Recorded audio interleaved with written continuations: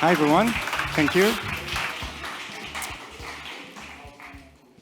So, yeah, I'm Nicolas, CTO of the foundation. And, yeah, we're going to chat a little bit about scalability in particular.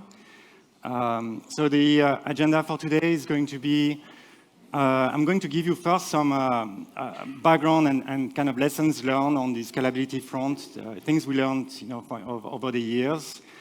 And then I'm going to explain what Soroban means, what it's going to actually do to the network as we launch it.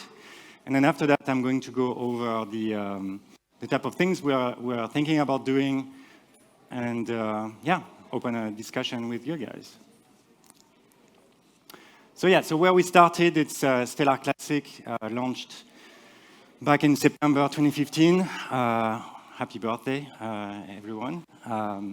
Yeah, at the time, the system, the way we designed it, what we really wanted to do was to have a system that was fairly scalable, like that would grow with the traffic, low-spec hardware, make it that it was like efficient. So like one of the things I put there was fast to join the network was one of the priorities for the system at the time. And yeah, it kept going so far. And yeah, so when we talk about scalability, there are actually many things to think about. Like one of them is TPS.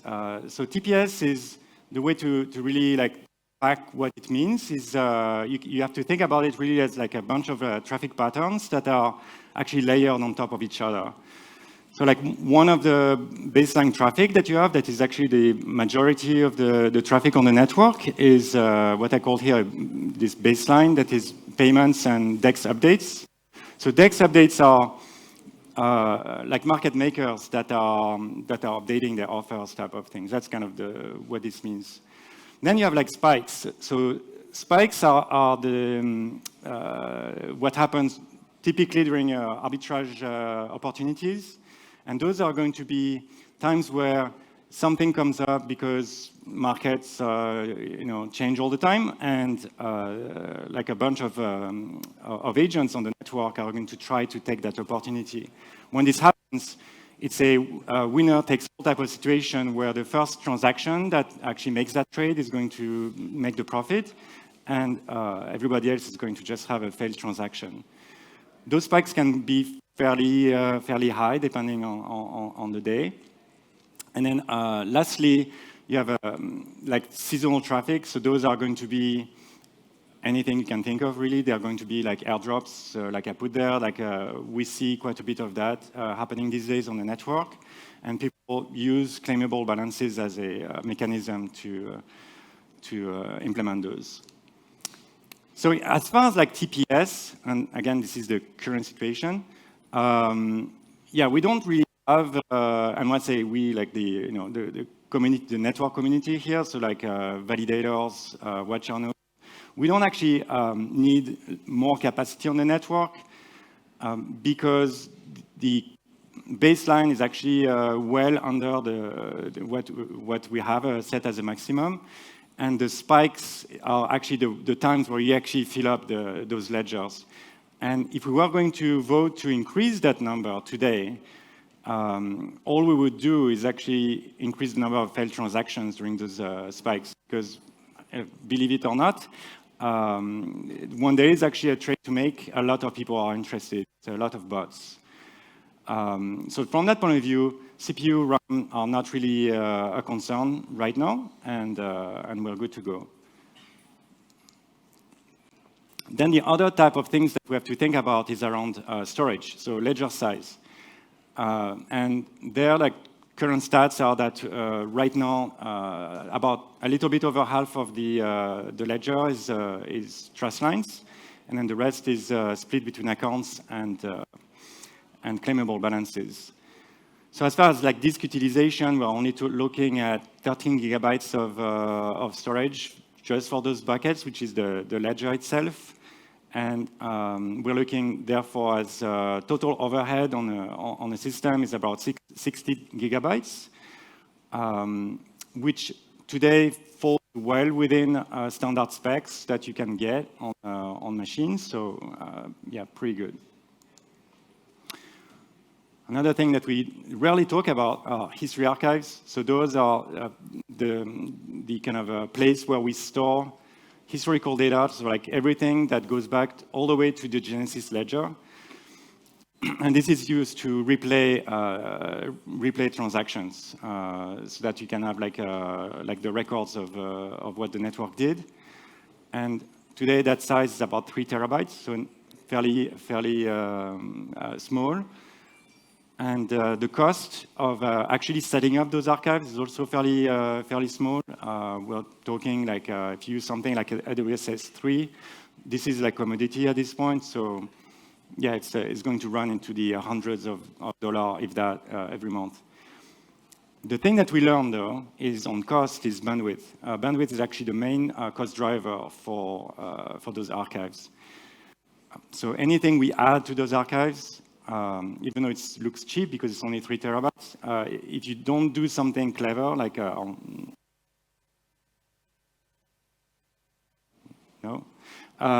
like if you don't use CDNs, these costs actually go in the thousands of dollars a month if you're not being very careful.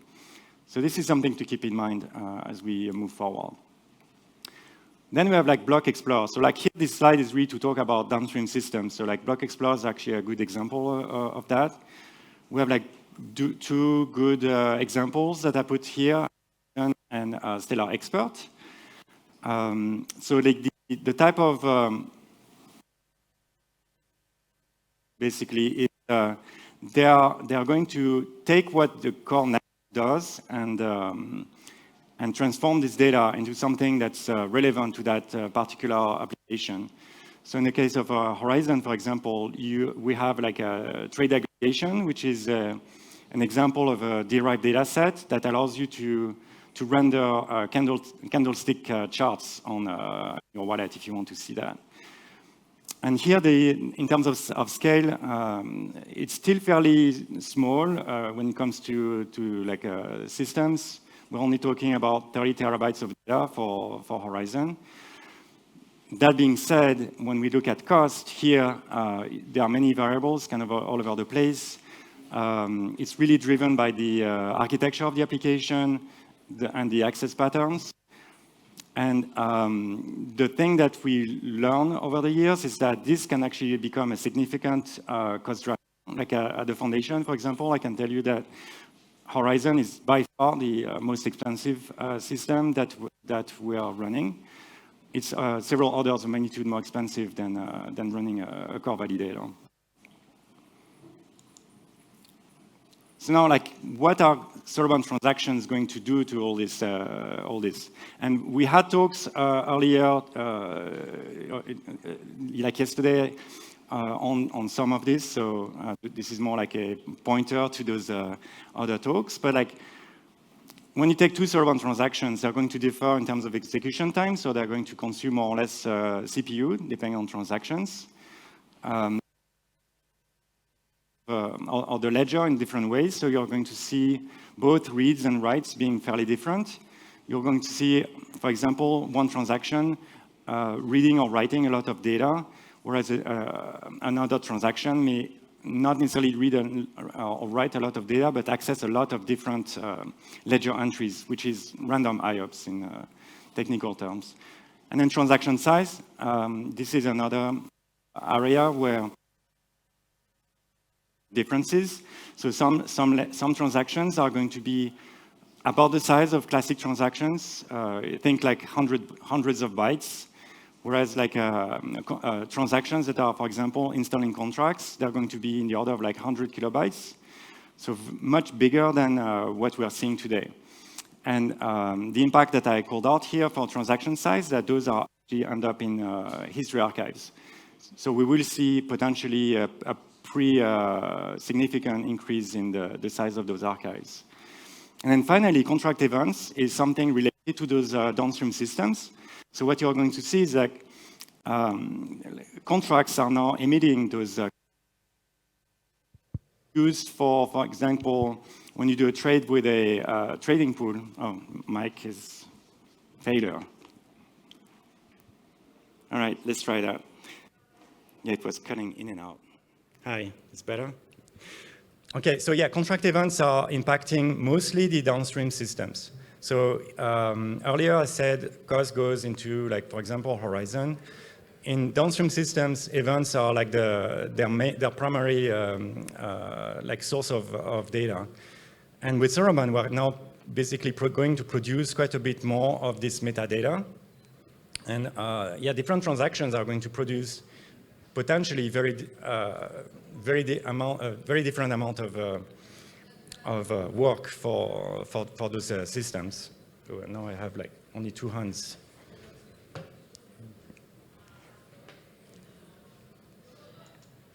All right. So for all of this, again, those are like slides, presentations we had earlier that went into a lot more detail than what I'm going to talk about here. But like limits and fees are like one mechanism that we've been using to limit the impact of those this variability in Soroban transactions. This is like the thing that everybody really in blockchain is doing, like any other implementation does limits and fees. This is not super interesting from this talk point of view. The thing that maybe is a little more interesting is going to be around like how we are optimizing certain tasks that are like common in contracts. So for example, we have like host functions that are going to make certain things a lot cheaper, so therefore limiting the CPU utilization. We're going to also have like things like the Stellar Asset Contract that allows you to really like integrate with the Stellar Classic type of tokens, and therefore keeping your certain operations like payments to be as cheap as possible on the network. And then we have like temporaries that are what we presented in the context of like the state expiration presentation that allows to have like much better I/O patterns on the ledger. And then here the other thing I put is optimized for dApps. So this is we had a presentation, I think it was yesterday also, on Soroban RPC. So with Soroban RPC, what we are trying to do is really to make it that instead of having those monolithic kind of applications that are consuming metadata, instead we have like dedicated slices of those transformers, right, of the data that are going to therefore only have to deal with a small amount of data and therefore being much cheaper to operate for people. Like I said earlier, those monolithic ones tend to become extremely expensive. So if we can reduce cost on that front, it's a big win. And then lastly, this is more of a Web 2 type of way of rolling out. So we are going to do a phase rollout of Soroban.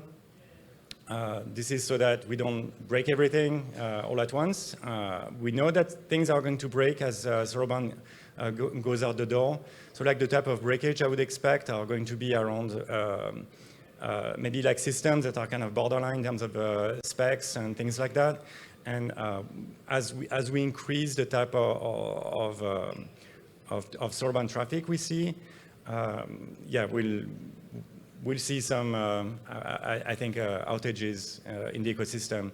But because of the nature of the way the network is set up, we don't actually know who those people are and so on. So therefore, that's why the phase rollout is kind of the sanest and most polite way of rolling out changes. So as far like things that we're going to do next that are not going to be in like the V1, but that we are going to do like shortly after, like things that basically we are ready to be implemented. There's how we're going to keep the ledger small. So this was the state expiration presentation. We are going to, we have like a more of a strawman type of proposal right now. We are going to discuss more with the community to see like where we really want to go with this one. But I think that something in those lines is what we want to do. Then we have multi-thread. So multi-thread, we're going to start to use a lot more of the cores on the machines. And here, parallel Soroban is like the thing you'll get for free because as a dApp developer, you won't have to do anything. The network will just start to execute those Soroban transactions in parallel. And yeah, this is going to be great from that point of view. And the other thing that comes for free here is that the instance types that you get right now, like if you go to any system, they are already multi-core. Like we just today, Stellar Core only uses like one or two of those, and we're going to start to use all of them from the get-go. And then over time, we'll want to go to more cores, but that will require a little more migration from the various people that are running nodes. And then the other thing I mentioned here is that we're going to make peer-to-peer and then ledger access a lot more efficient. And that all that is going to basically, I think we have something that basically is going to allow, give us, from a capacity standpoint, something where we'll be able to have the network that processes Soroban transactions in the similar order of magnitude that Classic can do, and that will be in addition to Classic. So that's what we know so far. The thing that is maybe a little more interesting is, where do we go next? So thinking more about not what will happen in the next 6 months to a year, but more like after that. And we have actually a lot of ideas, but we need guidance from the ecosystem. And one of the things that I mentioned here that maybe was not super clear earlier is that we can't just think about scalability at L1 in isolation. If you just scale L1 and you don't think about what happens to the downstream systems, you end up kind of DOSing them. And in this case, what that means is that you end up having those downstream systems have to actually process so much data that the cost to operate those becomes quite a bit higher, which means that you're really causing those downstream systems to kind of pass the buck to their customers. So either you're making those systems not free, or you're just eating to the margins, and those systems therefore are not as accessible as they should be. So here, what I'm looking for is to have more discussions to prioritize research and implement any of those ideas. Of course, there are more.